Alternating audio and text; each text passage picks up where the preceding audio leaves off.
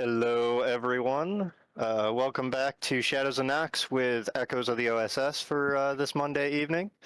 We're going to jump back into where we left off. I know it's been a little while, but our group has been on the road to Kluber Mansion to see the greatest scientific discovery of the century. Currently stopped off at the gas station in Ipswich. And for those of you that don't quite know this yet, what we are running through is we are going into the code, a scenario written by Chaosium, by Christopher Lackey with Lynn Hardy. And our content warnings for tonight are the same as always. Amnesia, blood and gore, guns and violence, disembodied voices, eldritch horrors, and occult practices. That should pretty much cover most of the bases. That's just Tom's character. Right.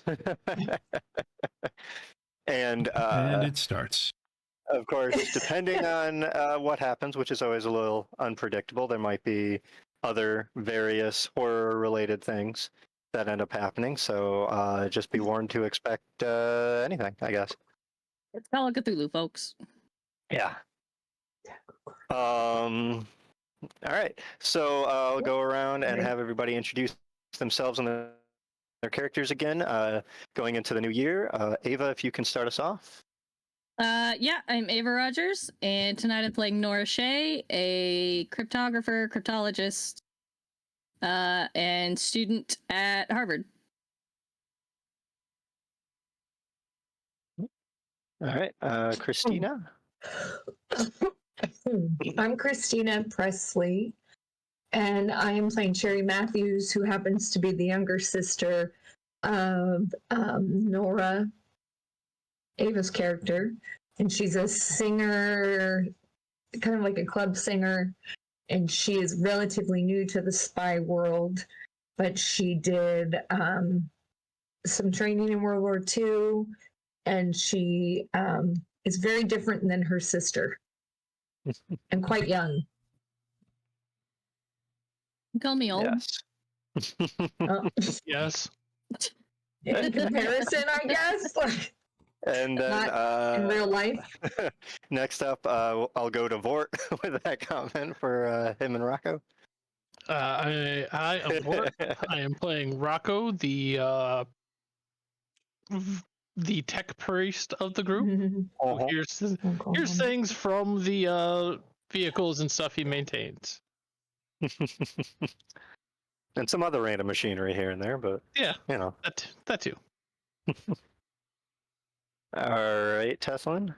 Hi, I'm Teslan, Tom Augustine also.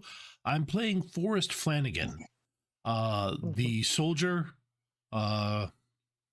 part-time actor and cowboy, who is currently assigned to be the as Nora Shea's bodyguard, and has been for several years because he figured out how to. Well, actually, no, he couldn't figure out her insults, so they got past that initial prickly part, and have a reasonable partnership going, even though she would not let me, cover that book in primer cord and blow it up. And for everybody's reference, that book is the Necronomicon. So, I mean, he's not wrong, but you do what you can. Also, to help everybody catch up after the weeks we've been off in the new year, Ava, if you could read the last journal entry that we have for Dr. Sommerfeld, it would be for Friday, November 23rd. That should help catch people up, and then I'll mention the whole museum heist again. All right. Everybody. Friday, November 23rd. They're fighting again. Still not sure what's going on. I'm starting to feel like Eve is hiding something from me. Maybe I can't trust her like my heart says I can. Maybe my paranoia has become too much and I'm making too big of a deal out of all of this. Either way, I thought it was a good idea to work in some added security to my device. I needed to add in a safety feature so the device would shut off automatically if anything happened to me again when I use it. So I just added another layer so that I would be needed to turn the device back on if that happened. I had to get into Cruft Lab again and use the keypunch machine to program in my failsafe code. Then I also had to take 10 rotary switches to be able to put the code in. They're getting close to checking their inventory and will surely find out what I have been doing. But I have to take that chance. I need this to work. I'm too close to lose it all now. I made an extra power control box with the switches set up to only allow the current to pass through when they are all set to the correct position. Only I will know the correct code. Something like this cannot fall into the wrong hands. I have seen the horrors that men in power do with such knowledge, and I can't let atrocities like that happen again. Awesome. All right. Thank you very much, Ava. And to also catch everybody up, there was a news broadcast that Rocco, Cherry, and Agent Gleason heard over the radio about a museum in Miskatonic University that recently had a rather short thief take something from the museum. And it just happened to be the same night that mysteriously Nora woke up with muddy tracks coming in from her window and on her shoes. But she has no memory of this. Yeah. She doesn't even know about the news broadcast yet, but Forrest does, so this will be fun. So, without much else, we'll go back into it with Nora and Cherry in the gas station talking to Clem Saunders, the gas station attendant, who mentioned that there have been some other people heading up to the manor house today. Seems to be some sort of party, I guess. An older man and a woman that headed up.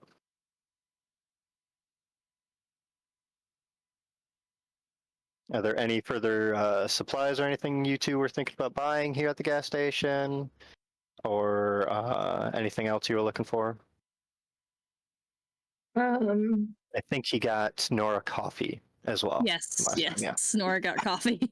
Original brand Coca-Cola with pure cocaina. What time? It's cold, right? Yeah, Yeah, it's December. it's in December. It is December 7th. Yep, thank you. And we are dressed up, right? It's supposed to be a nicer evening. That is kind of the intention, is what you got from the invite. Everybody might not have necessarily got that intention from it, but that is what kind of Cherry would have picked up from it. Nora it's definitely also went practicality. There might be a chance that the way it's set up, with it being later in the day and this huge reveal and kind of a dinner party kind of thing, that there might be rooms set aside for everybody at the manor house, but the telegram didn't specify anything like that, and neither did the letter that Nora got from Dr. Sommerfeld. So. Also, I know it was a joke, but at this time, Coca-Cola was using cocaine-free coca leaf extract. Cocaine-free coca leaf. Yeah. Well, that's what cocaine is. It's from the right. Yeah. But that's interesting. Like, it's been over 20 years that they stopped. Well, almost 20 years. At this point in history. Gotcha. I was curious. So it was the 1920s where it was. 1929 is when they started using the cocaine-free. Yeah. Leaf extract. Does Agent Gleason come in to like check on us, or are we in there by ourselves? He's glanced inside every once in a while. Like, both him and Forrest seem to have positioned themselves in a way to still look through the glass windows on the front and keep an eye on both of you. And it's just this guy we're talking to? Yeah, he's the only attendant here. He's not an old gentleman, but older, probably 40s or so, but Okay. Okay. Well, Cherry will say he seems like so a rather much. nice local. It's like, yeah, you seem rather dressed up or whatnot under the coat and everything. I hope the dinner party goes well up there. It sounds like it'll be a bit of a fancy event. And she will be overly thankful and look for some kind of flower in the shop and go over there, pat him or hug him and put it in his lapel and go, I hope you have a wonderful evening. Does he need to check to see if he still has his watch, or? Yes, he does. I was just going to say, because she'll walk out and show Agent Gleason. Right. All right. Give And me. I can give me imagine a him go give it pickpocket back. Okay. check then. Or is it sleight of hand in this? I can't remember. I think sleight of hand. Wait, what did she have to use last time? Sleight of hand. Yeah. Okay. Yes. In this, I want to succeed, right? Yeah. Yes. And Wait, speaking of I have- rolls, I'll have everybody do a luck roll after this too. Okay. I Terry can't doesn't see it. necessarily So need- you're going to have to tell me how I do. Oh, okay. I How do do a you do? spot hidden to catch her doing this. Oh. Well, it was a 93 on the roll out of 30, which is not good. You go to try to take his watch or whatnot. And I And, inappropriately assault him? No. That might have happened on a 99, which is a Yes. fumble. But Nora, go ahead and give me a spot hidden. I'm gonna roll a spot hidden for him real quick. All right. So Great start nobody noticed the attempt. What But about it failed. yeah, what about me and Oh, looking at through the glass from a distance. Go ahead. yeah. Be hilarious if you guys outside are the Wow. ones that spot it. Okay, that's All how right, we're roll doing. for Yeah, this is Wow. not a Agent good. Gleason as well? no. Agent Gleason saw it. Yeah, Agent, Oh, right. Of course he did. yeah, that's probably an extreme success. Agent Gleason has probably got a grin on his face. It's not Right. worth. It's Yeah. not worth luck expenditure. Yeah. No. God no. Right. Yeah. So you go to take the wristwatch, and you realize that it's apparently so old that the clasp on it doesn't move very easily. It kind of sticks in the position that Yeah. it's in. And quickly after noticing that, you just kind of abandon the attempt because you don't want to, Yeah. throw it off or startle again. And to throw, she'll just like kiss him on the cheek. Like, thank Okay. you so much. Yeah. Yeah. Well, Come back, Thank you. please. Yeah. And Forrest and Rocco, you notice during your conversation with Agent Gleason that he glances inside and then he starts to have kind of a visible grin on his face. Like it's just like, oh.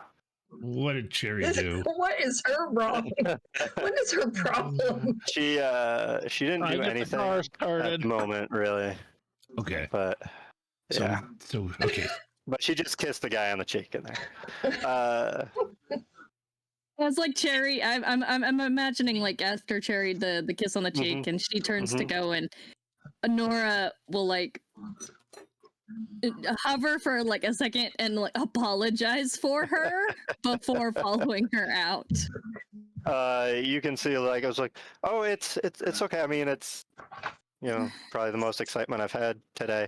Although I do remember here, hold on, and he goes under his desk and everything, pulls out two little pieces of like slips, tiny slips of paper, and goes like, here, I don't know how long you're in Ipswich for, but you both might use this for the salon that's down the road, if you're interested, and for either before or after the dinner party. I don't know what you need to do for those things. I've never been to one.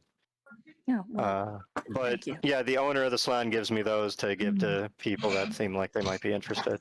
Try to drum up business. She's really only had a couple customers recently. Well, Nora loves salons, so thank you so much. Like, of course, I'm here to help. Let's go, Nora. Yes, let's go. Enjoy your coffee. Thank you. And she'll be like this. You can see, like, as you're walking out, that Clem is blushing a little bit. Yeah. All right, Forrest, Rocco, you have filled up the tanks with gas and everything. You still have to go in and pay, but Yeah, about it. I go in and take care of the payment. Okay. Forrest, are you heading in as well? I was gonna let him, but yeah, no. I go in. I to mean, pay. it's up to you. You don't have to. Okay. No, actually, no. If he's, I give him actually, I forgot how much it costs. I give him the $2 that would take to fill up the 20-gallon tanks that these things have. The 1940s. Yeah. Yeah, and you don't stay up there. Okay. Did you want to ask the gas attendant questions? Okay. No, I'd forgotten. I know I'd mentioned it earlier, but I'd forgotten what I was. That's fine. What I knew. No, I'm All right. at this point. It's just a matter of having a conversation with Nora. Okay. Is on his mind. Right. All right. So Nora, Cherry, you walk out of the room or out of the station just as Rocco is heading in to pay. Cherry, you notice Gleason kind of looks at you, just like gives you a nod, and you already get the impression like he saw what you went and tried to do. But It was an old watch. He finds it kind of funny. And he actually opens the door for you to the car. She says, "Thank you," and it was an old watch. And what? And it was an old watch. I'm sure it was. You get in, he shuts the door and goes around the other side again. Nora, what do you do when you head out? Drinking your coffee. Well, the door is open for her. Mm-hmm. Yeah, and I'll get back in the car. I imagine somebody as small as Nora does not handle cold very well, so she hustles into the car. Right. That sounds She's about right. chattering. She's got like no Right. body fat. The heat from the coffee is leaving too quickly for her. Yeah. Yeah. All right. And Forrest, I assume you get into the car and everything, get ready? Yeah. All right. When- Awesome. Soon as Rocco gets in, I'll pull out. Okay. Rocco, when you go in to pay, do you talk to the attendant at all? You see, like, you walk in, he's blushing a little bit, and you see he's glancing out towards your car, essentially, the one that Cherry got into. Yeah, she does that to everybody. She has that effect on everybody. Yeah, is a friend of yours? Coworker. Yeah. She's She's a singer, definitely lounge Bit of a act. woman, yeah. Yeah, she is.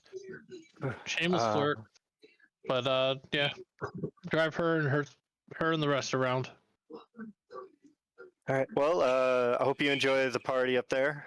As I mentioned to them, a couple other people already headed up, but sure you're going. You're already ready to join them and everything. Okay.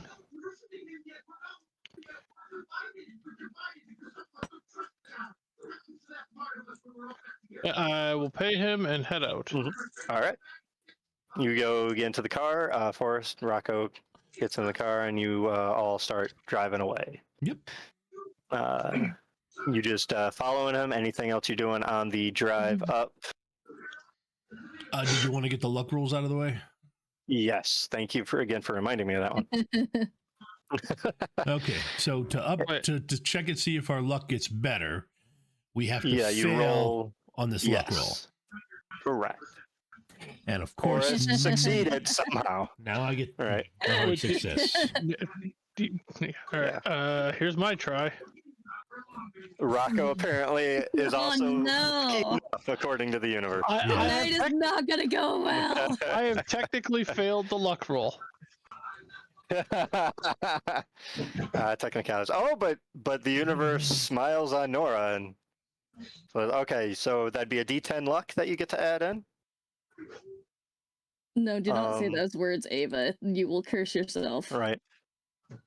It Oh, happened anyway. Just one. It happened anyway. Just one. Oh, Are you above The 23 thought that luck? I had when I succeeded that is like, what, Right. the D10 roll's gonna be a so 1. it goes from a 32 to a 33. Hey, you got 10 more luck than I do. Oh god. What All are we right, rolling? Cherry. Luck. Just make a luck roll. So just You want click to it. fail. Yeah, Yes. if you fail it, you get to gain more luck. How did Cherry fail out of everything? That's hilarious. One of All us right, is the go highest. ahead and roll a d10, and you get to add it to your luck score She failed by 1. by 1. Yeah. It doesn't matter. I failed. Don't Yes. judge it. Yeah. I'm The not. universe is smiling No, on they're ladies jealous. tonight. He's jealous. Yeah. Oh, I know he's jealous. Where is I don't why won't my D10 show? Sorry, it's hiding. No, you're good. The dice symbol is kind of. Yeah, I'm on it. It's just hiding from me. Let's see. Oh, there you are. Yeah. D10. And just one of them. 3. So your luck goes up to a 50. What does it start at? Right now it's at 47 is what it looks like. Right, but what did it start at? Oh, a lot higher than that. Oh. But yeah, luck fluctuates quite a bit throughout the game in general. Yeah. Nora, when you got into the car with your bag and everything, give me a listen check, I believe is what it is in this one. I think it's Rebel, go. Okay. Extreme success. all right then. That's fitting. You hear kind of a clicking, kind of clinking sound from the inside of your bag. That sounds a bit odd, based on what you know to be in your bag, being books and papers and things like that. You know, I'm immediately opening my bag and trying to figure out what that is. Okay, so like you set the coffee cup down, or like you hold it in one hand rather, because do they have cup holders in cars right now? I don't know. Then. So you hold a cup of coffee in one hand, digging through the bag with the other, while Forrest is driving. Nope, not yet. It was not until 1983 that built-in cup holders. Oh yeah. No, the wow 76 car that was my first did not have anything.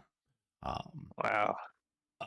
So while she's digging through there, hey Nora, listen, you know I'm on your side, right? Yes. Why? No, I mean really your side. I mean not just the side of trying to figure out whatever is happening here. I'm on your side. Is right? this happening in the car? Yes. In the but not in the car you're in. Yeah. Yeah. Right. I think Cherry is exactly why he waited until this moment. No, absolutely. It also will eventually screw up his. It's also him making a choice about his job. Yeah. Because the second that he,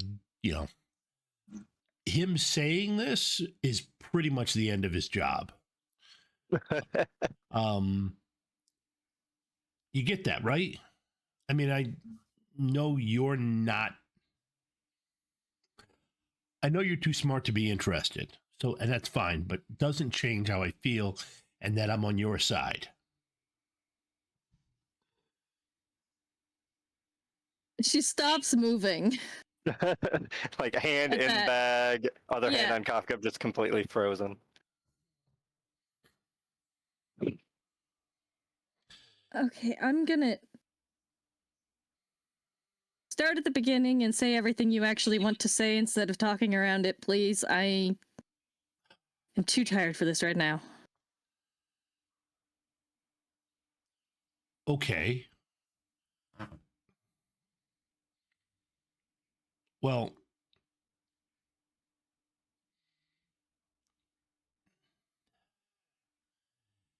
bit of a quiet drive there.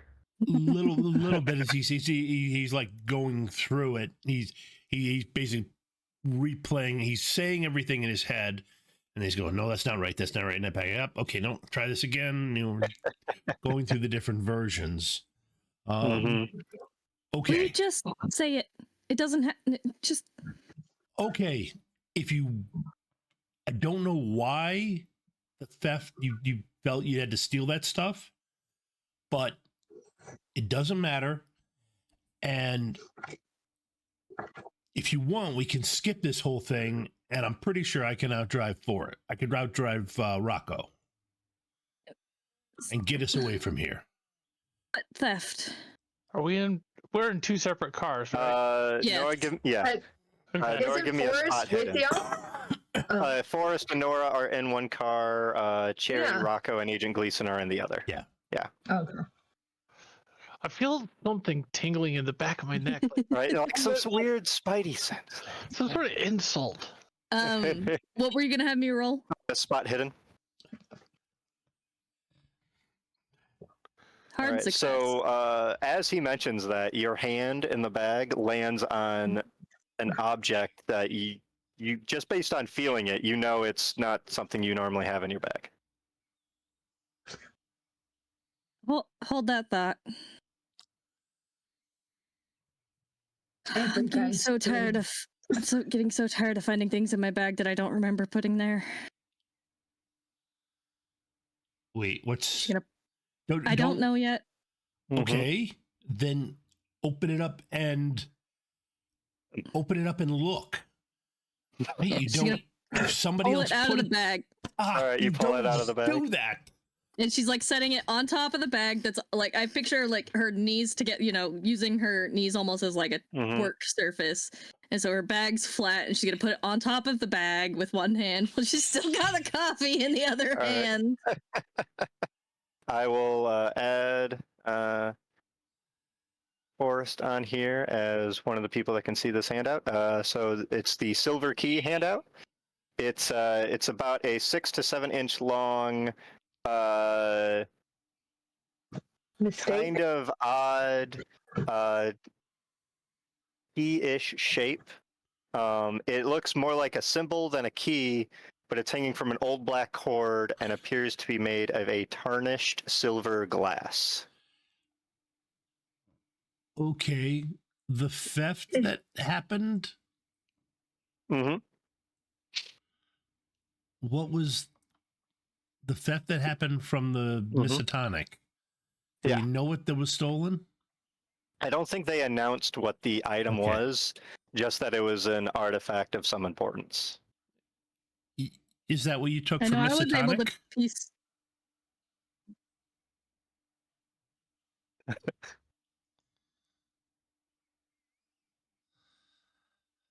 I don't As know. you look at it, I don't know.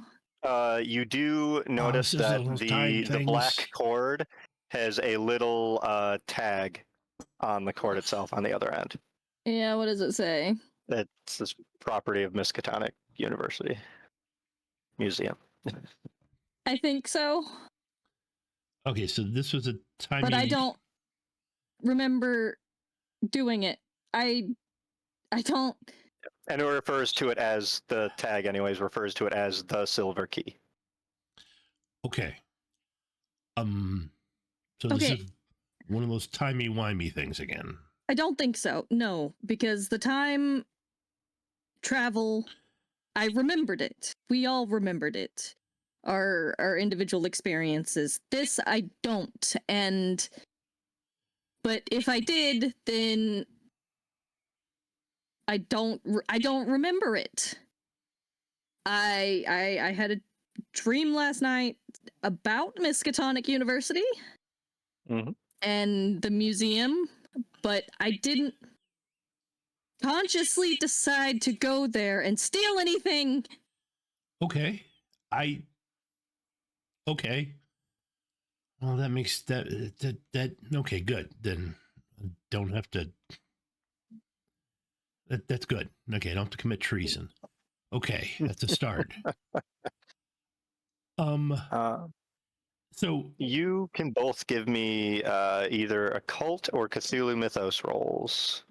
somebody's packing your pack for something that you need. You said occult or Cthulhu Mythos. Yes. Let's see. My occult is much better than my Cthulhu Mythos. Yeah. And you Right. can roll both of them because the difficulty is a little easier with Cthulhu Mythos, but it is Sure. something you could get with occult. I'll roll both. All right. I succeeded on both. You succeeded on both.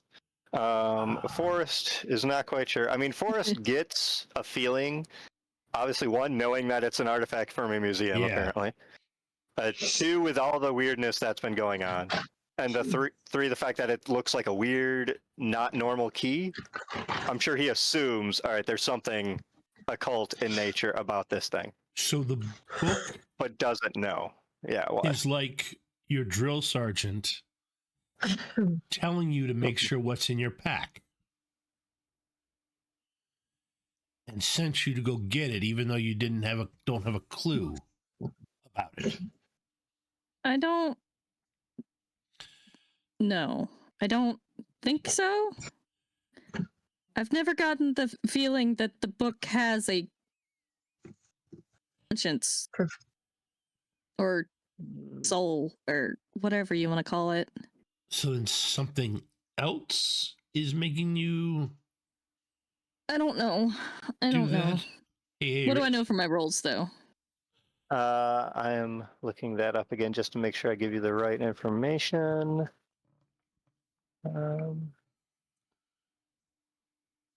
Uh-huh. Oh, wrong one. Okay, so to you, looking at it, occult-wise, yes, you recognize it as having some sort of occult purpose. You haven't necessarily read or heard about it specifically, just the general nature of it. It seems rather old in make, and I mean like thousands or so years.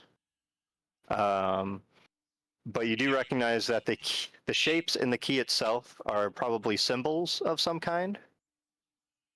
And with Cthulhu Mythos, with the success that you have, you do confirm that the shapes in there are symbols, and it seems like there's at least 2, maybe 3 of them are symbols that are mixed together. But it's difficult for you to place exactly what symbol is what. You do recognize that what appears to kind of be the handle of the key, the 3 circles at the one end, right? The 3 circles is also a symbol that you've seen in the Necronomicon for Yog-Sothoth.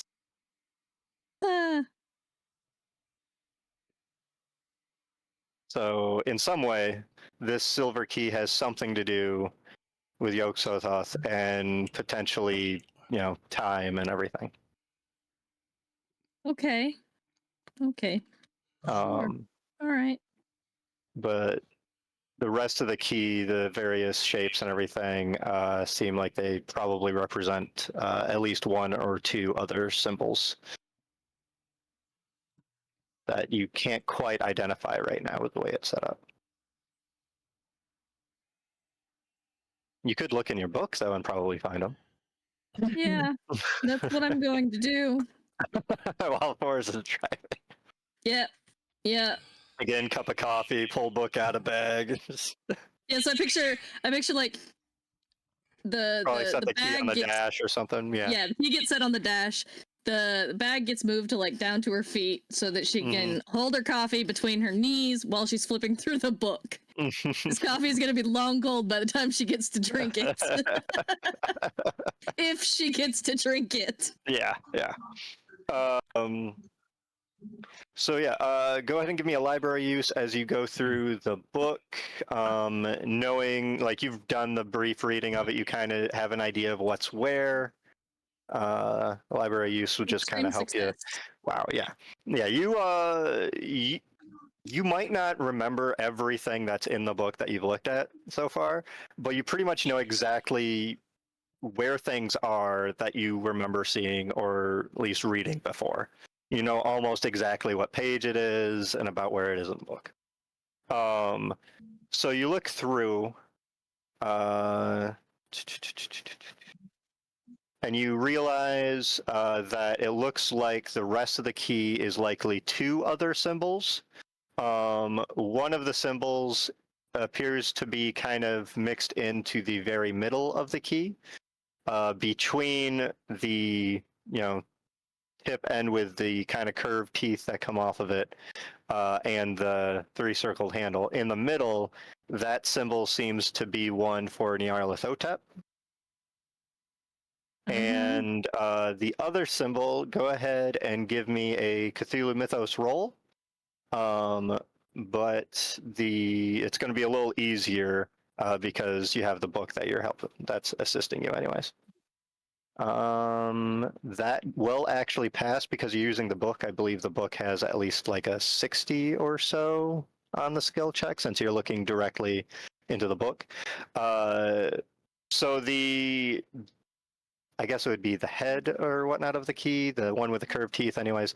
That symbol you do eventually find in there, which is something that seems a bit new to you, as I mentioned, nothing you've necessarily read too much on before, but it belongs to something called the Migo, which, from what you can tell in the book, is some sort of alien race from a place called Yugoth. No wonder my girl has a fear of the celestial bodies now. Right. Yeah.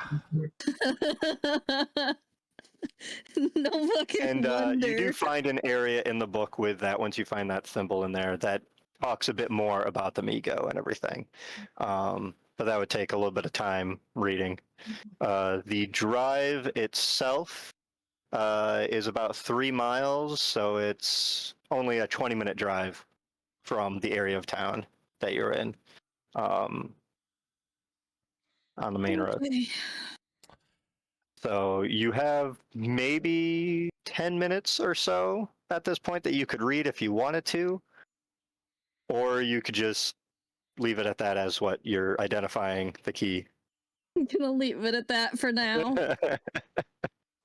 I don't know if I want to know more right now. Yeah. Send. Read it all. Read it I'll all. have you both go ahead and give me sanity rolls, please. Mm-hmm. Fair. Where did my sheet go? Oh, there you are. Too many things open.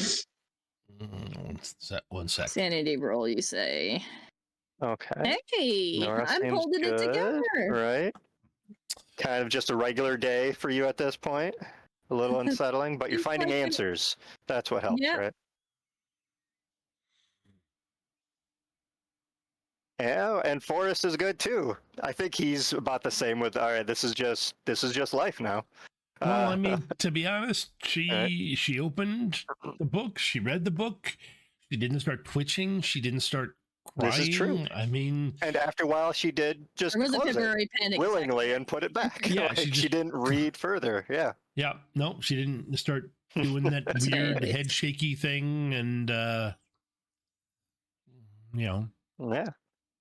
so I'll take it. I'll have you both go ahead and roll me spot hidden. Oh, yeah. And Rocco, go ahead and give me a drive check, please, to navigate the main road until you get to where the dirt road is. I'm too in my head right now. Wow, yeah. trying to fit the pieces together of a puzzle. Right, yeah. I don't know what it's supposed to look like at the end. Right, yeah, you don't even have the edge pieces to go off of either. It's just, and it's all one color. You're like, Yeah. I don't know. Can I please Forest? stop rolling dice in this game? Stop rolling dice in this game. Forrest, you notice that the key, as it's sitting on the dash, it seems to be, it looks like it's a kind of a, I wouldn't necessarily say a different color. It doesn't look as silver as it once did to you. It looks more translucent, I think is the right term. It looks more like glass right now as the sun's hitting it through the windshield. But the main thing you notice, other than that little oddity, is that you think Rocco might be about to miss the turn onto the dirt road. Okay, who is they were ahead of us? Yeah, they're just ahead of you. There's still a little bit of time to either try to get his attention or something, but how fast are we going? not that fast necessarily. Well, okay, it's maybe about 25, I'd say. And that might even be a bit higher than what some of these side roads were at the time. Oh, okay. All right. So 20. Oh, that's right. It's a side road. It's in the 40s, so cars don't go as fast necessarily. I hate doing it, but I tap the horn. Okay. Real quick, light tap. All right. With that, Rocco, you do hear the horn, and you kind of confuses you for a second, but then you see where your turn is and everything based on the directions that you have, and head on in.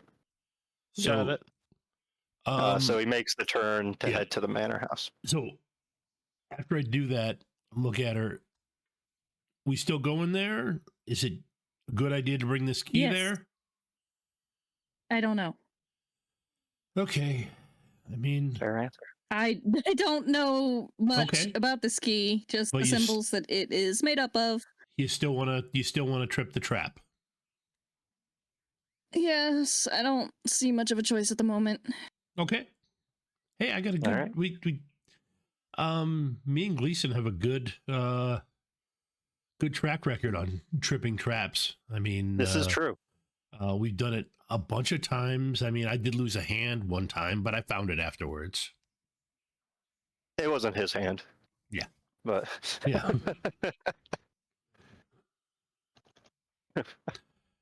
Come on.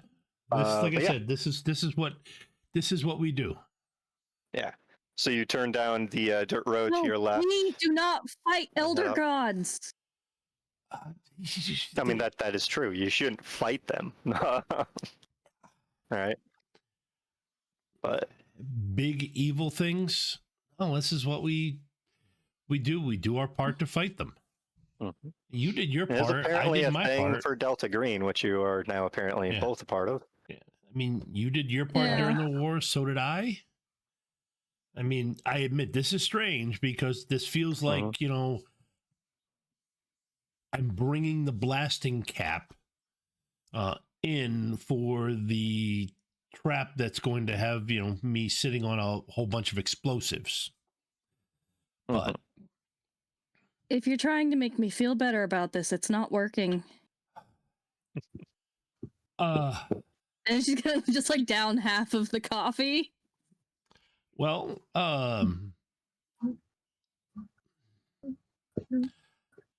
hey, listen, if I can, if I can tell you how I feel about you, and get that actually out of my mouth, I can accomplish anything today. So we're good. We're getting out of there. So yeah, you're getting out of there as in you're leaving, or are you headed down the dirt road? I'm following Rocco. Okay, all right. No, we're heading down to the manor house. This could have been a short stream if Nora Right, had said, and there we go. if Nora had said no, And they leave. we're not going. Right. You wouldn't have gone down there, but no. Splitting the party on the first real serious thing in Cthulhu, right? Yeah. I mean, we've done it pretty much everywhere else. Why not? Yeah. Right, this is fair.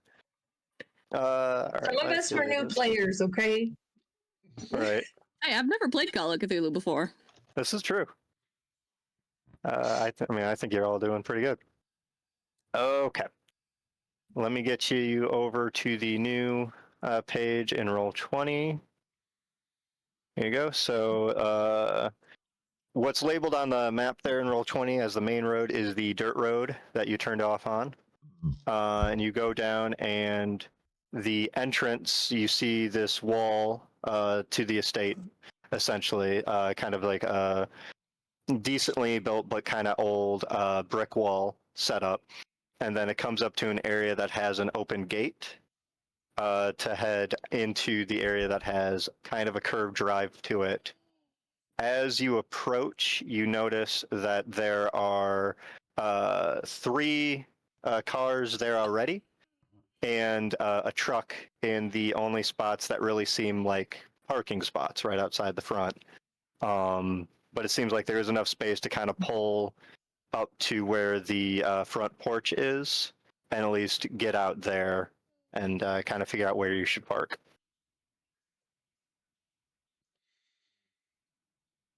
Okay. So Rocco, you pull in your car and everything And Rocco, go ahead and give me a listen check as you're kind of pulling into the grounds of the estate.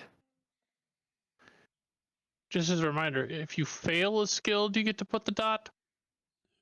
No, just you if have you to succeed. succeed. Yeah. No, but don't forget it's been a month. Don't forget we can Oof. always push failed rolls. Nobody's Okay. done that this time. But This is true. This is I true. You can if you want. I will take a gamble on this to try and push. Okay. All right. Nicely done. So, Hey, no push. as you were driving, did you have the radio on to a certain station or anything, music or anything like that? If it will Whatever would, benefit him right now, yes. Either way, it doesn't really. whatever would have been a local Yeah. swing music Okay. station. So yeah, you're listening to the swing music and everything as you go to pull in. And Cherry, you can give me a listen check as well while I was listening to this. Rocco, you hear a little bit of static kind of behind the music, and then a voice that said, "No, William, no!" And then it kind of goes back into the music. Cherry, what did I'm you get? trying to get there. Hold on. It's not All right. letting me bring my. There it is. Come on. Show me, listen. And Rocco, you don't really recognize the voice necessarily. Cherry, you hear the swing music and everything as Rocco pulls into the estate, and you don't hear anything else necessarily coming over the radio. You do notice, like you kind of hear Rocco a little bit as he reacts, like he heard something from the radio. But he just kind of continues driving up to the parking space, not like he's not sure what to make of what it was he might have heard. But you didn't hear anything. And Nora and Forest, you pull in right up behind where Rocco is. And as you pull up and park the cars, you see a gentleman leave the front door to apparently greet you as you pull up. It looks like a rather stocky, kind of clean-shaven, quite short-haired man. Like the, let's see, he's got a black suit and a bow tie. He's about 6 feet tall. His hair itself is maybe half an inch long or so on top, and then kind of just shaved along the sides. Go ahead and give me a spot hidden check. And if you want, you can give me a psychology check. Who's doing this? Everybody, as you pull up. Oh. Yeah.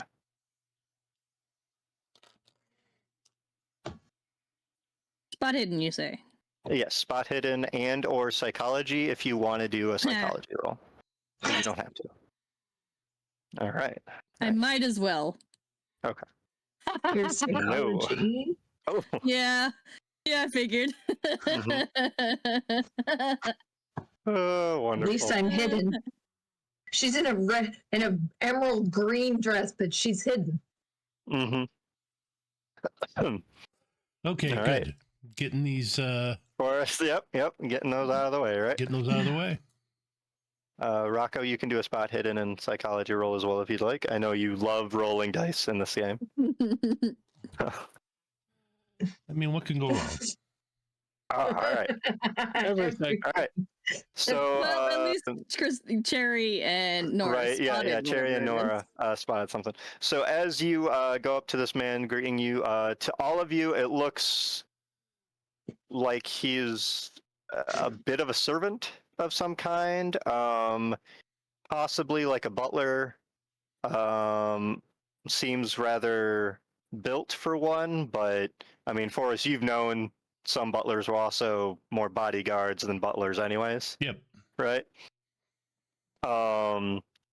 And Nora and Cherry, you do spot that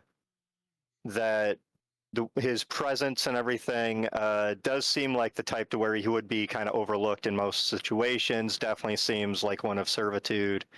But he does look like he's rather recently clean shaven. Either he shaved that morning or something, but it seems like he's got a little bit, not that noticeable, but like a little bit of a lighter skin tone where his beard would be, indicating that like he probably got tans elsewhere during the summer or whatnot, and then is more shaven now. But he just waits for you to get out of the cars and then goes to greet you. Terry will step in front Okay. and say, and she will. Sorry, my iPad started recording me. She was like, no. She will go to like reach for his hand and on purpose trip because she wants to see if she can accidentally feel if he's carrying a gun or something like that. Okay. So, and Rocco, are you Rocco, Forest, Nora? How are you walking up? I guess Agent Gleason is kind of walking up next to Cherry. And she's like running ahead. He's like, Well, first of all, the key gets stuffed into like an outer pocket in my bag that's like easily accessible. Okay. Before I get out. And All right. I have a feeling it's probably going to be important. Mm-hmm. If something decided to. I Right. definitely make a note of which pocket she stuffed it in. Okay. All right. Sounds good. And I would So, get out of the car and go around and help her out. Okay. I just get out of the car. I'm just going to stroll up Okay. casually and confidently. Okay. Sounds good.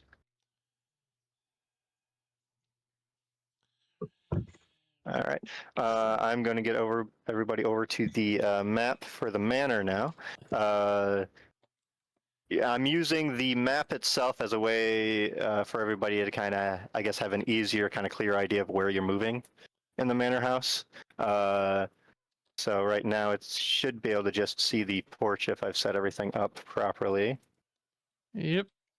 And then Gleason is on the right. Butler's at the top. Yep. Yeah, the Gleason is there on the right. The Butler is right in front of the front doors there. Welcome. I think you might be some of the last ones that we've been expecting. My name is David Dermond.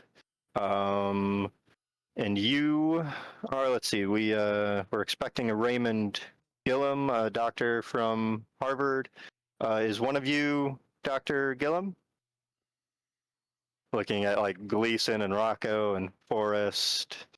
And then eventually I'll start looking at like Nora and Cherry is like, I don't think Raymond is a female name, but and he doesn't say that loud, but like that's clearly kind of what he's thinking as he's looking at everybody. she looks to the guys. Did we decide beforehand how we were going to handle this? Of course I don't not. think so. She's going to look to Agent Gleason since he's probably the most and try to give him like the signal, so to speak. Like, hey. She'll just turn and look at him. Okay. And Agent Gleason like looks at Cherry and then after like stuttering for just half a second, then goes like, yes, I'm Dr. Gillum. It's a pleasure to meet you, David. You said your name was. It's like, yeah, David, wasn't expecting a lot of guests, but your guests are welcome. Who, if you can introduce me, whatnot? And looking around. I'm Nora Shea. You should have been expecting me as well. Oh, yes, you were also on one of the invites. Thank you. So Nora Shea, Dr. Gillum, you're both from Harvard, I believe. Yes. Right? Yes. And who else is a wonderful lady? I'm Cherry Matthews. Cherry Matthews. You probably recognize me from Hollywood. I do feel like I recognize you, yes. So thank you. It's a pleasure to meet you. And the other two gentlemen are you two bodyguards for Forrest, Cherry, or Forrest Flanagan. I'm here with Nora, okay, and I do the step up possessive arm around her. right. Nice. Which Cherry adores. Cherry's like, she looks at Nora like this. Okay, in Nora's mind, he can't just outright say I'm Nora's bodyguard because that's not like a common thing that Nora would have a bodyguard. Right. So this is normal. Mm-hmm. Exactly. But that would raise more Cherry questions than knows better, and she's just like this. All right. I'm Rocco Crenshaw. I'm driver and guard. Okay. Well, you're all welcome. We have a couple other guests here already. Let's see here. We have one of them is currently waiting in the sitting room. The other one is waiting in the library. You feel to be in either one of the areas. We have a coat room right on the inside where you can hang your coats. I will, however, need to ask your drivers if they could park in the old stables, the barn house that we have there. That's really the only other spot that we have open at the moment. And I'll go over there. I'll open the doors for you to the old stable and everything and let you drive in. But I'll get the rest of you inside real quick, get your coats, and let you go where you need to. Cherry's going to ask a question. She's going to say, "Sir, is it by chance okay if one of our cars stays relatively close? I have asthma, and I keep my nebulizer, which is a little bit bigger, and I checked, they were around then, in my car. And so in case I have any kind of breathing treatment, I'll need to be able to get to it really quickly." All right, go ahead and give me a persuade roll. Okay. That is what it would be. Hold on, I got to get my Persuade 44. Charm is 44. They were quite massive. They weren't portable. Right. But he doesn't know that. Right. Asthma. Okay. What am I rolling? Persuade? Persuade or charm. I mean, either one's the same number for you, and either one can work. I'm going to do charm. Okay. I can't see it, of course. There's like, asthma. That's very understandable. I get it. You'd probably have to ask one of the other guests if they'd be willing to move their car then. It must be difficult being a singer and having asthma, but it is. That's why I always have to keep my car really close. Right. Did I mention singer? How did you know that? You introduced yourself as Cherry Matthews, actor and singer, I believe. No, I said you might recognize me from Hollywood. Oh, okay. He still mentions the whole singing thing, though. Oh, okay. Yeah. Okay. Yeah. That's interesting. Okay. Yeah. Well, I don't mind talking to someone in there. I do have a question. When she was tripping up, did she feel a gun? Oh, yes. Give me a spot hidden while you went and did that. Okay.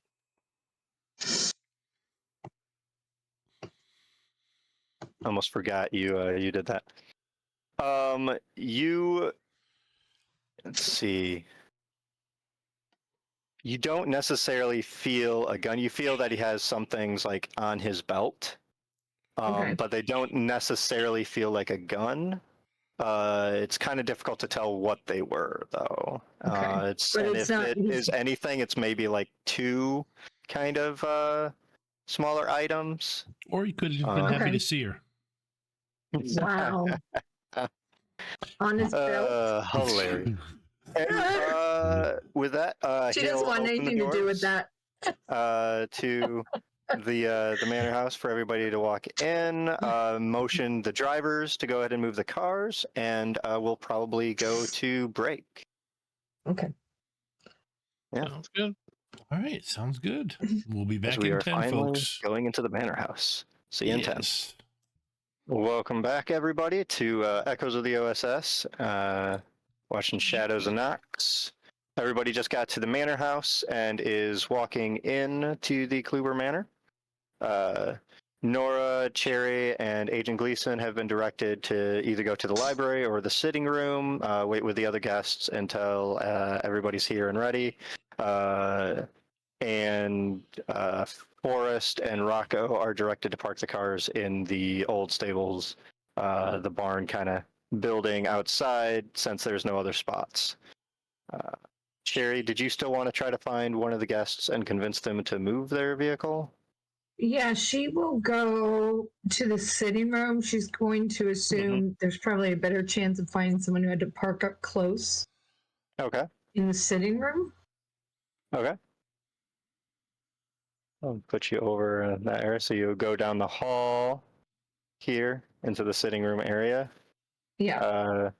You walk in and it's got a similar kind of green ornate carpet to what's in the main room by the stairs. And sitting on a kind of a light blue kind of two-person sofa, just enjoying the fireplace from afar, is a rather kind of thin, bronze-skinned gentleman that seems immaculately dressed in a very dark-toned, tailored suit. He has dark hair that's about 4 inches long, kind of parted in the middle, kind of similar to that of a hairstyle of like Nikola Tesla. Okay.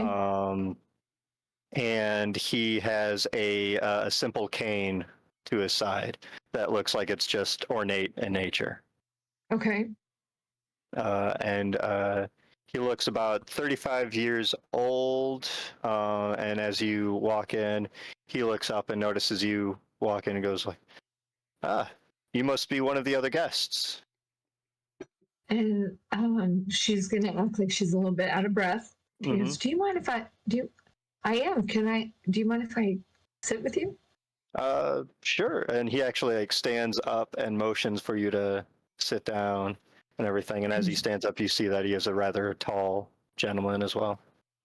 And she will intentionally pause to catch his eyes and will say, "Well, aren't you a gentleman?" And she'll sit down. Well, I try to be. And she will grab her purse and pull out like a handkerchief, and she'll just like dab her face and pretend like she's winded, and she goes, "Let me collect myself, and then I'll introduce myself." Okay. Um, And he'll chance- sit back down next to you. by chance, you're not parked close to the house, are you? Or know someone that I is? got my car's out front in one of the spots. I'm as close as everybody else, I guess.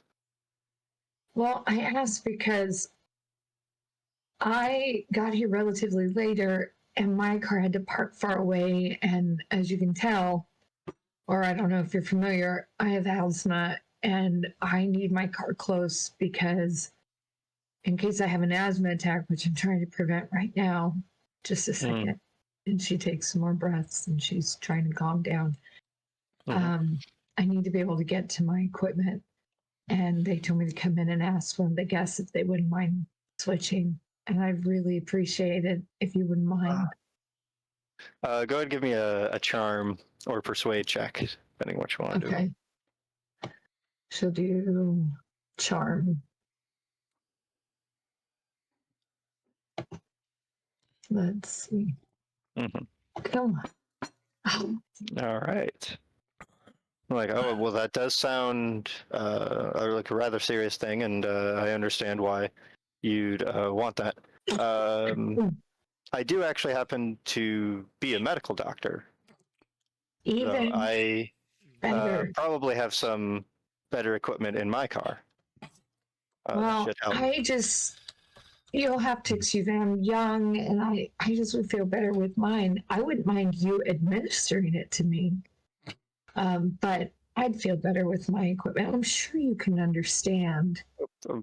I understand. Yes. Is your car just out front, or is it being parked at the moment? Or? They were parking it, but I think they waited to see if I could find someone. I see. Okay. Well, sure. I will go get my car, get it ready to move and everything. I She's don't know gonna where grab his else hands. people are parking.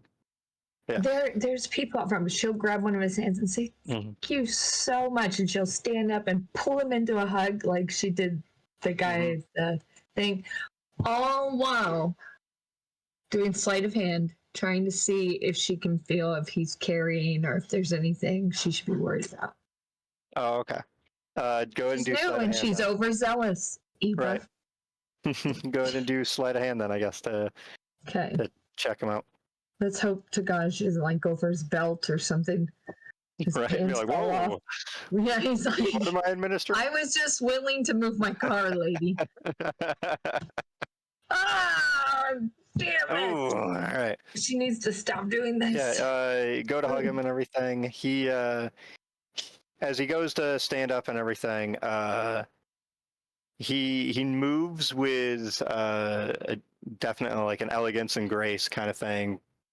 Possibly would be good at dancing and whatnot. So the cane is definitely just ornamental, right? NyQuil. You don't really pick up anything else on his person or whatnot when you do it. Like you don't really pick out where he has like a cigar or cigarette case or wallet or lighter or anything. You don't pick out where he has anything in his pockets, really. No idea how he feels about meeting you. Right.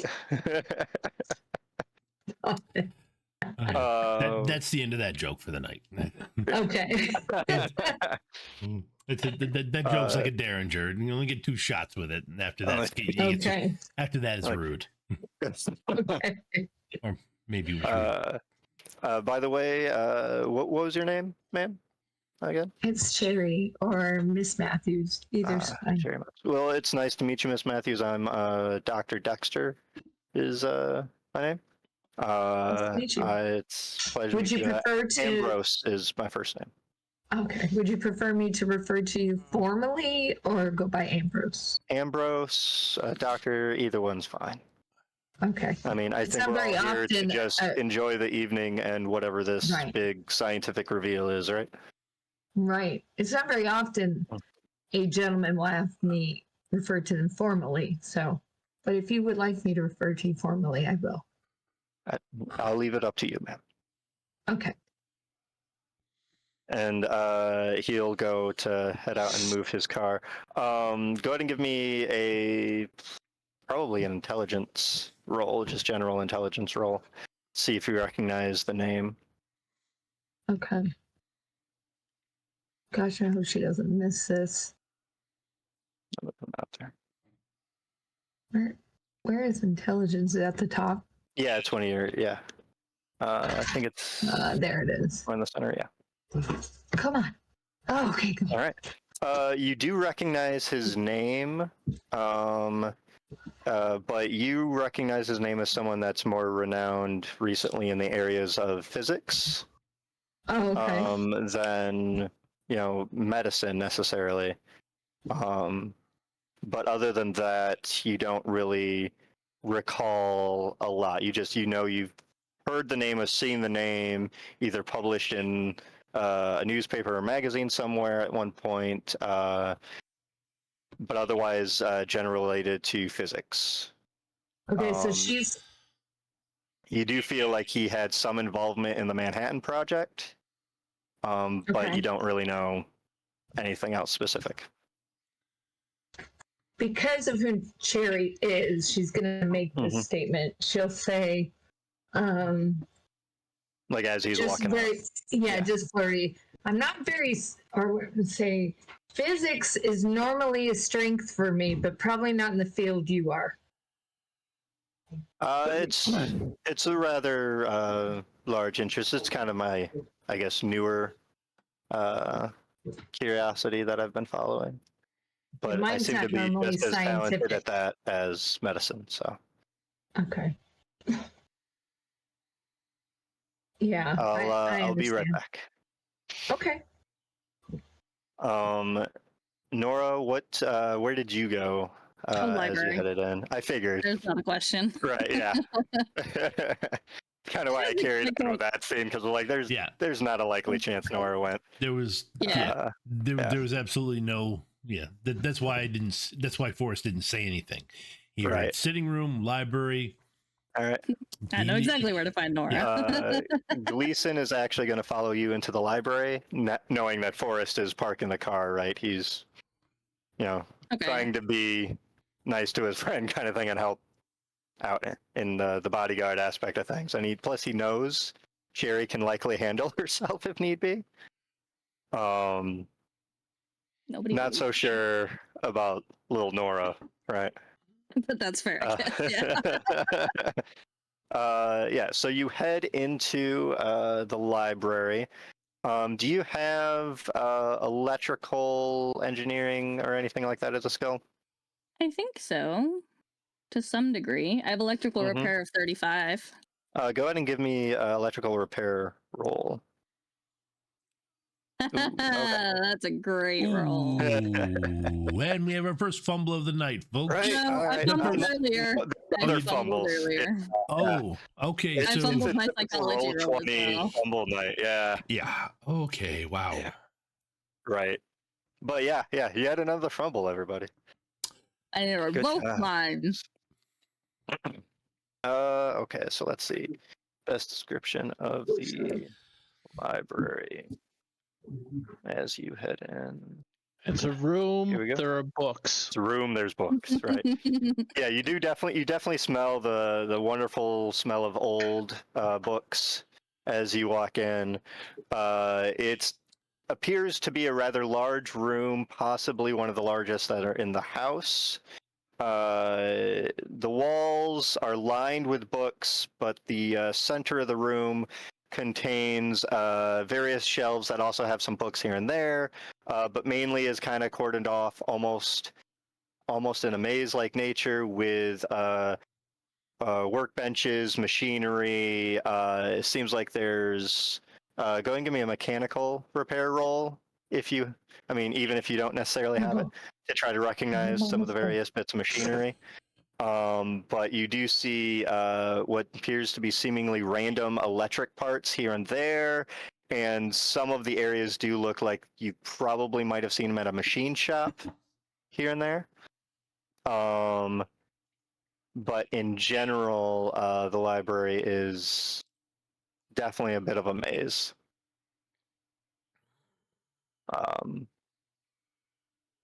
Yeah, you do go give me a listen check, and as you're looking at the books on the shelves, there are a lot of them that are on physics, electronics, a lot of various things, mechanics, some fiction books of various types. One of the main things that kind of stands out to you, though, is there do seem to be a decent amount of books here and there on carpentry and general construction.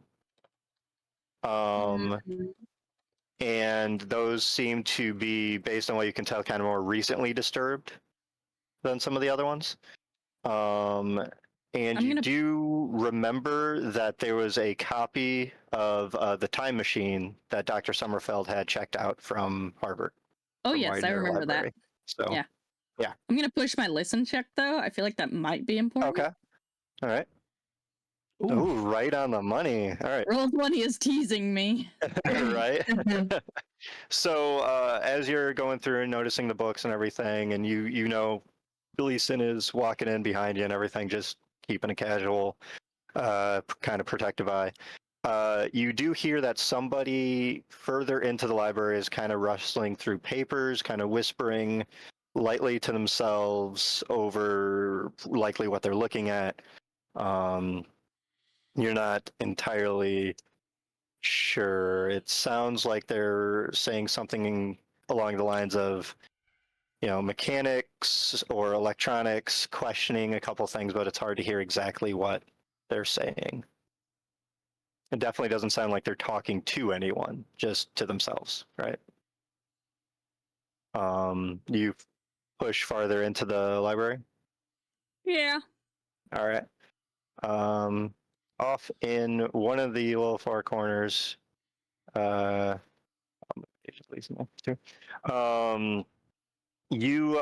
see this. See which side is her description? There it is.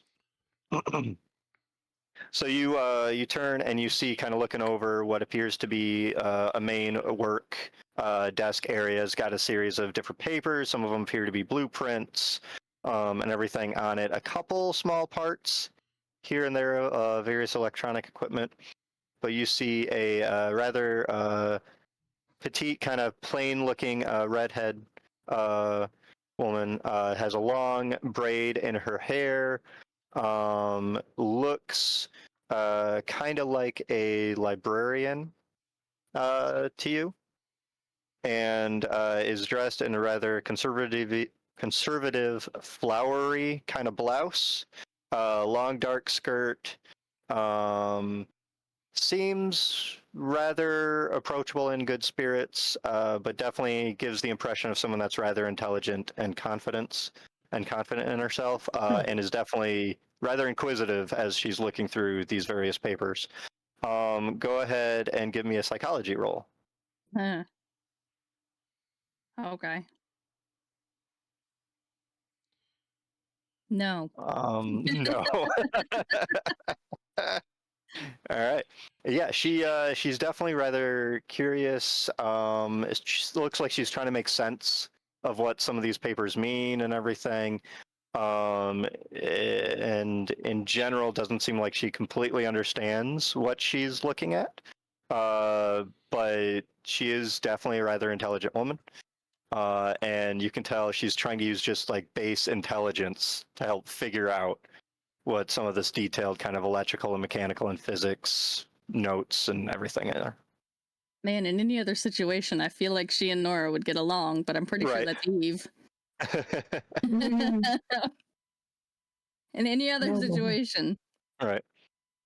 You do recall that Eve was described as being a redhead. I don't know if that's in your notes, but yeah. I don't know. I have so many. But yeah, right. But yeah, you do recall that. And she doesn't hear you or Agent Gleason approach. She seems to be rather focused on looking through the papers. No, Rebel. For those of you moving the vehicles or whatnot, Rocco and Forrest, Rocco, I mean, you pulled in first, so you're probably likely to move your car towards the barn stables area first. David goes over and opens the rather large barn doors and everything for you to go in. It looks like it has been used as a stables in quite a while. There's just bits of storage here and there. Most of it looks to be parts for large timbers, wood, other various tools here and there for carpentry, that sort of thing. But the center area is rather open for two cars to fit in there. There is a ladder up to a second floor kind of loft area like most barns have. And he just motions for you to drive the car in. I assume you and Forrest, I guess, do so, right?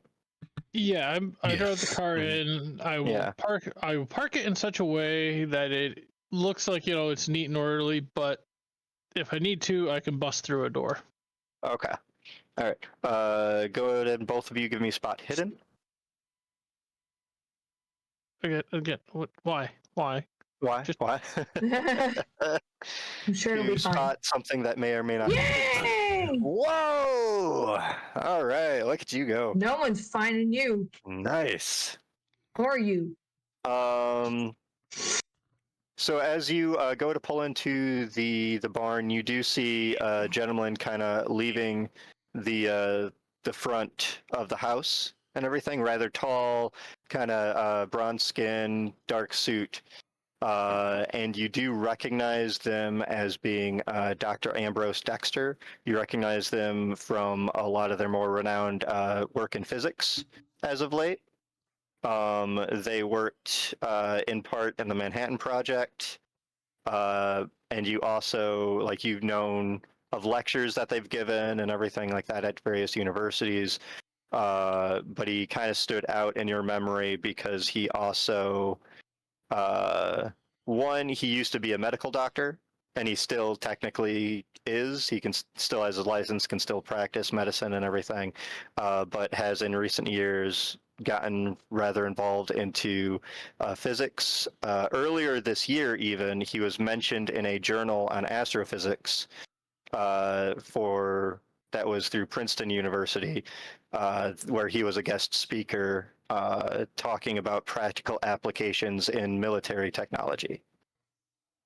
So you, with your extreme spot hidden success, you recognize him, get all that information in your memory, and as you pull in, you do recognize that though the barn seems like it has some sense of organization or whatnot to it, it doesn't, where the construction, materials and tools and everything else are, doesn't seem completely organized to you.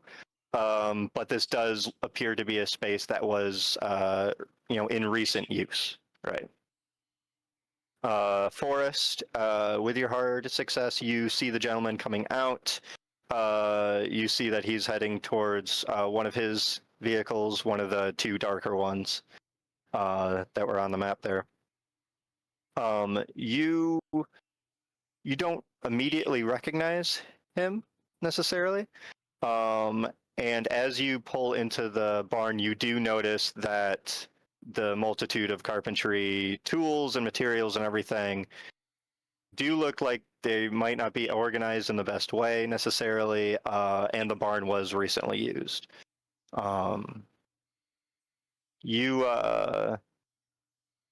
Do either of you have any experience with carpentry specifically necessarily? No, I don't have any specific skills in that. I think if one of you did, I think Forrest might have had a little bit. I think he would reasonably have a little bit, but that's probably where that probably would fall into his mechanical repair. You both can probably recognize that the general state of where things are and organized kind of thing, the reason why it likely doesn't look completely organized in a fashion to you is because it likely wasn't a professional carpenter that was doing some of the work. Yeah. It does seem purposefully in the places that it's at, but other than that, might seem a little out of place, right? In the specific way it is. But yeah, you pull in the vehicles, and you see David gets waved down by the tall gentleman and everything, which, he leaves the barn doors open and walks over to that tall gentleman. As you both park the vehicles. And I assume, Rocco, with your description, you back into the barn, essentially? Yeah. I definitely back into the barn just to make sure we have a quick way out if needed. Yeah, no, I would, actually, I'd honestly take a look at could I have had a chance to see behind the barn? What is behind the barn? Not yet, necessarily. Okay. Honestly, let's see but let's see. In general, the barn, it looks like it had a bit of a clearing right behind it. So there's, a flat area of snow and everything back there. But it's maybe about 10, 15 feet to the tree line. Okay. Well, the reason I question it is that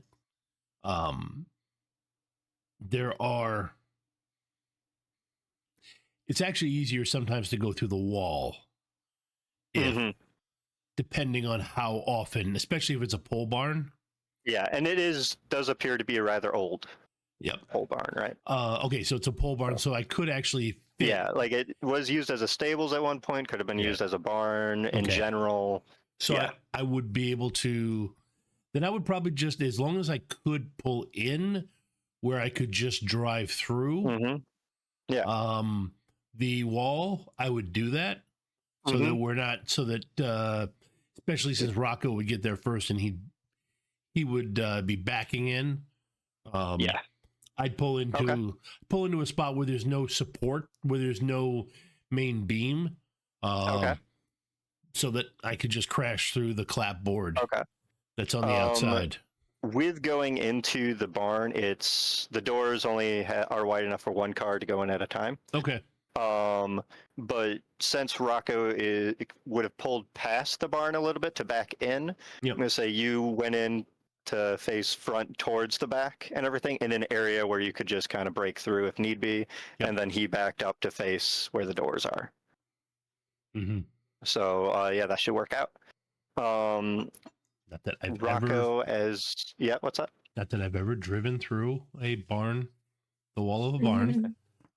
That's my story. It's on your list. We question certain things, but that's fine. No, it's definitely. My dad believed me. So. Rocco, as you go to get out, Forrest, you get out of the car and everything, and park it, lock it, that sort of thing. Rocco, as you get out, you see David kind of rush in a little bit and go like, actually, Rocco, was it? Yeah. You were driving Miss Matthews, right? Yes. She asked if the car could be parked a little bit closer than the barn, so she was able to convince the gentleman that just is moving their car right now to park in the barn instead. Excellent. I will pull out the vehicle then and make space. You can both give me a psychology roll, which I know is a wonderful, fun roll for both of you. But I think I've actually gone, raised it a little bit. Yeah. I'm going to push it. What the hell? Nothing. So spend the luck, you want to. Not that much. I want to. 8 points? It's nothing. It's only 8. I know, but my peer pressure. Forrest's luck is reserved for the inevitable need to escape. Yeah. No, he's been shot down as far as he's thinking.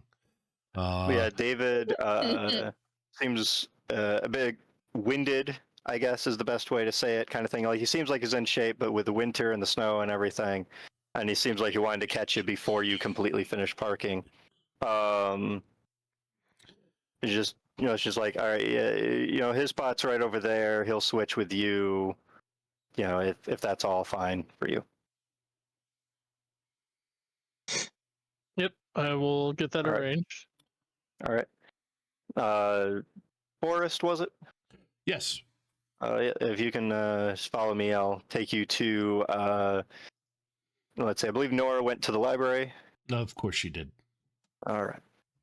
And he leads you inside to the library while Rocco and Dr. Dexter kind of switch their vehicles. Rocco, do you say anything to Dr. Dexter after he's parked and everything? You're both heading up to the house, and this would be after David's already taken Forrest to the library and is headed back out to close the barn.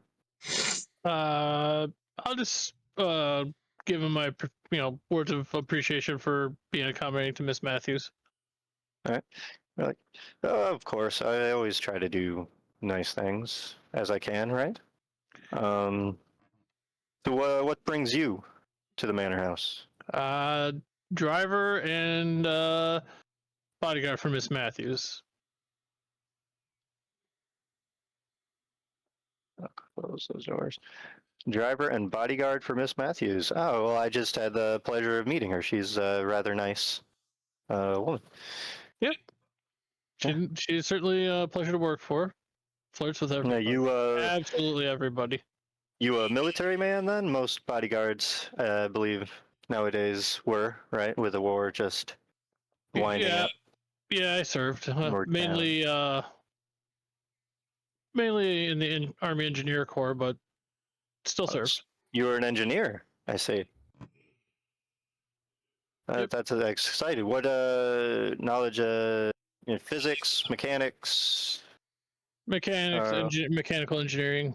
Worked mainly in Britain, maintaining the bomber fleets. Wow, that's sounds rather an exciting time that you probably had. I did not have nearly as exciting time as the pilots, but I did my best to keep That's a fair thing to say. Their planes in the air. Mm-hmm. Do you walk with him as he goes back to the sitting room? Yeah. Okay. I gotta head into the house anyways. Right, exactly. So you follow him into the sitting room where Cherry's, I'm assuming, still sitting on the sofa. Yeah. Yeah, Dr. Dexter walks in and goes to sit and everything. Rocco, one other thing that you know that Dr. Dexter is definitely older of a gentleman or whatnot. He looks to be about 35. You know that he's likely older than that. Just based on the time that he was a practicing medical physician for a while and then got rather involved in physics enough to now be giving lectures on it and have been involved in the Manhattan Project and everything. So he's definitely a well-educated, probably well-traveled man as well. So Forrest, you were led into the library where you walk in and you just see wall-to-wall books, smell the smell of old books and everything. You see various ones on electronics and physics, a couple ones on carpentry and everything that kind of stand out to you. And then there's machine shop, working equipment and desks, different electronic parts here and there, and it's kind of a bit of a maze, but you do first thing I walk in there, mm-hmm. I would knock 5 times lightly, but on so like they a would desk or something. on the wall or the desk, something that Mm-hmm. Something would pause Okay. and then knock 2 times to try and get Nora's attention. Tap code was something that was used in World War II. Mm-hmm. Right. And I would have taught it to Nora, who would have been. It's not really a question of teaching it. I just show her the thing and tell her how I plan on doing it, and then we go from there. Okay. For someone like Nora, that's barely a code. Yeah. Well, yeah. So that she can let me know where she is. Yeah. Yeah. Rocco, go ahead and give me an electrical engineering roll as you walked into the house. Electrical engineering. Oh. Nora, did you try to talk to this woman at all? Yes, electrical repair. Or that and engineering. You could probably roll both, honestly. I'm so tempted to offer to help her with whatever her problem is. Extreme successful engineering. Right.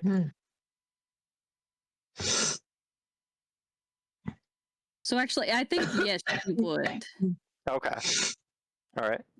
Rocco, what you noticed when you went into the house is based on some of the calculations of Dr. Sommerfeld that you helped with and other various things that you've been able to glean so far. You know that Tesla coils are involved in whatever this device he's been working on.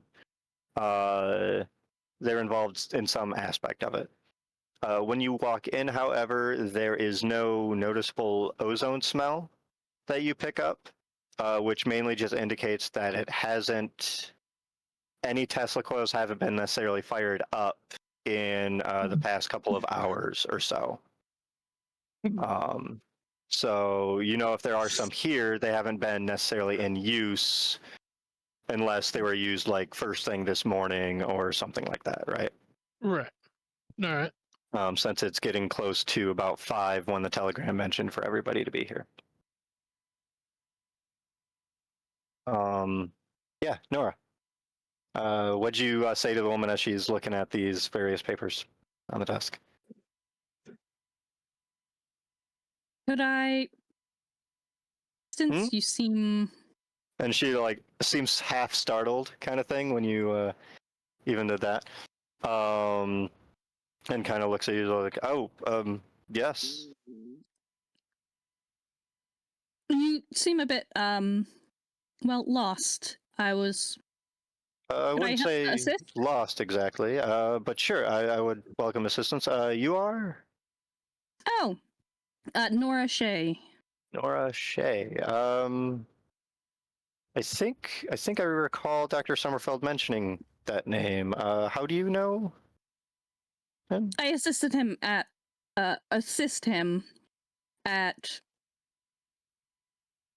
My brain short-circuited. The physics department at Harvard. Harvard, yes. Yeah. I assist him at Harvard. Ah. Well, hey, I understand he's done a lot of good work there. You can go and give me a psychology roll as you're talking with her. Yeah. She introduces herself Maybe as I'll succeed one of these times. as Not Dr. likely. Francine Eberson, as the name that she gives you, and I mean, she seems to carry herself with a rather sense of intelligence and everything. Could be a doctor. She mentions it's not necessarily in physics specifically, though she does have a decent passing knowledge and education of it, and is just looking at some of these blueprints and notes and everything here, trying to make more sense of it. You go ahead and start looking at some of it? Yeah. Yeah. Let's see here. Yeah. You can go ahead and give me a either electrical or mechanical repair roll as you take a look at these. Right. A physics roll will also work to understand some of it. Hard success on an electrical repair. Wow. All right. So, looking at it, the work table is rather messy, various mechanical parts, papers. Some of the oddest parts here are aspects of the materials here are plans for what looks to be a kind of a backpack-like device with cables that attach from the backpack to the helmet, as well as to a pair of boots and gloves. And there is in the plans a secondary pair of gloves and boots that also attach to the same belt that would essentially be worn by whoever has the backpack, which indicates to you that, all right, this is designed to be able to take two people or be worn by two people or however. And your hard success, you can tell that the gloves and boots and some of the kind of, I guess, peripheral equipment there seem to be meaning to kind of protect and insulate the person from whatever power device that seems to be located most likely in the backpack. And let's see. Go ahead and give me a physics roll as well. Okay. Yeah, the insulation and protection definitely is for the electrical nature of it. Based on what you've found out already from his journal and the note from that, and for helping him with his calculations, that Tesla coils are involved somewhere. It doesn't seem like that's necessarily included here in the plans that you're looking at, but it might be in relation to maybe you have to be kind of close to the Tesla coils, and that's where you need the protection from. But you do see various elements in the notes regarding modifications enabling oscillating frequency to compensate for temporal shift. Gravity dampener maintains the core polarity at 99.999%.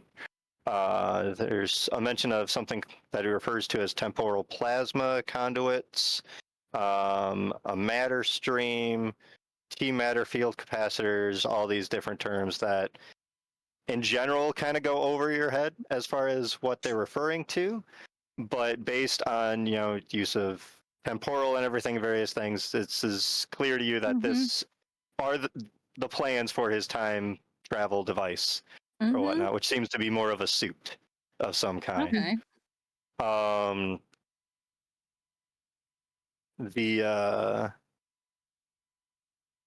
That's essentially what you get all from the notes there. And you can tell that Dr. Eberson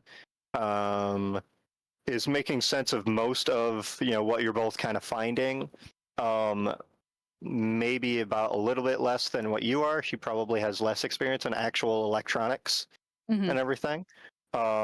She definitely does not seem to pick up on the fact that the backpack itself is more of like a battery pack or something like that.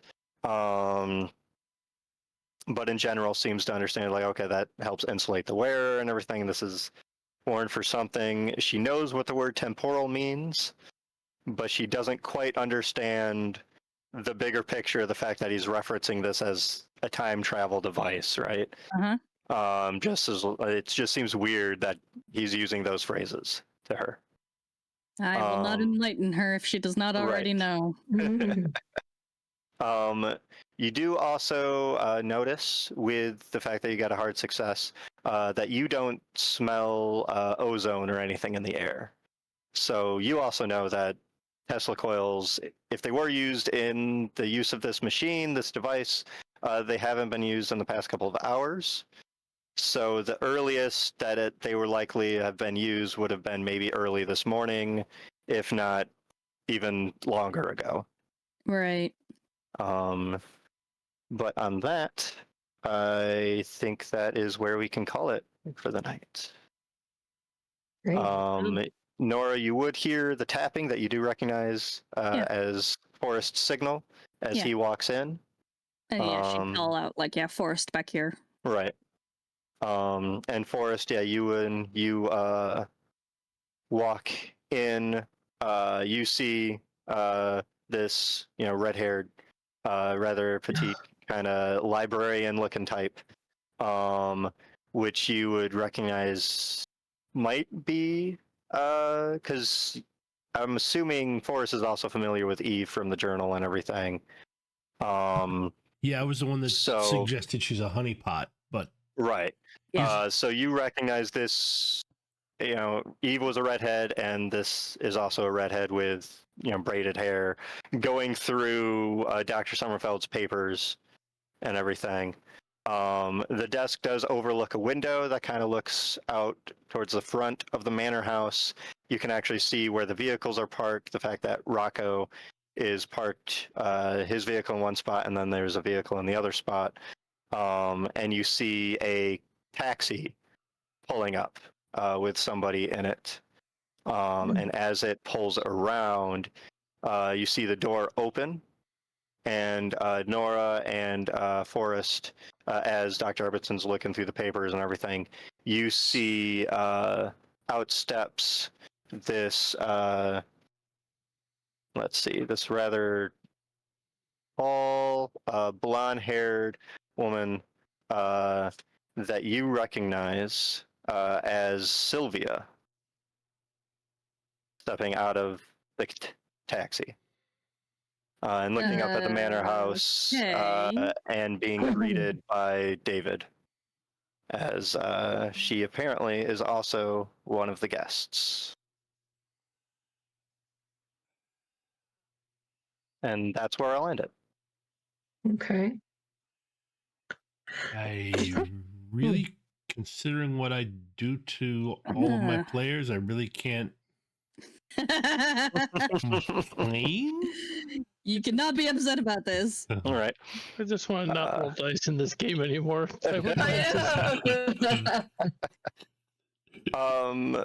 To remind everybody, Sylvia is a character in Forrest's backstory that was a bit of a love interest until she went missing. Went missing 7 months ago. Yeah. I was just thinking, we've talked about Sylvia, but I have no earthly idea who the hell she is. Yep. Nora's previous roommate. Yep. Yeah. Right. Okay. Okay, well, Well, on that note, with that, anybody got any announcements for this week? Nope. Nope. I think to save my voice, we're not doing Shadowrun tomorrow night. Understandable. So I think the next time, if on Thursday, check out Gen Con TV, where you can see me try to kill Ava's character's boyfriend again. Gosh, you did that a lot. Yeah, He's not technically her boyfriend anymore. Which character? It's Which boyfriend? That's complicated. Her Shadowrun It's very Decker complicated. Violet, Yeah. and this Street Sam named TJ, who is being crushed in a vehicle. In my vehicle. Well, yeah, that too. Oh, yeah, that's the other hey, thing. well, at least he wasn't pretending and gave her a coin in an amulet and lied and had a demon attached to it. Oh, wait. Yeah, you gotta let that shit go. Just say it. To be fair, one of them tried that on Adrian as well. He just didn't get close enough.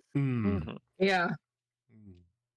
So, all right. So, anyways, if you want to see me, be a jerk GM, just like was just outlined, check us out on the Gen Con TV Twitch channel at 8 p.m. Eastern. Over there. Other than that, I think the next stream for Shadows of Nox is us. On Monday, as we spin things back up, where we get to find out just how Yeah, see how the How Holy interesting Spirit this is going to be with a missing person suddenly showing up. That's got a bit of I'm history. sure it's totally fine. Oh yeah, why would it be weird, right? No, everything runs really smooth with Roll20. No, have a good week, everybody. Bye. Good night. See y'all next week. Right.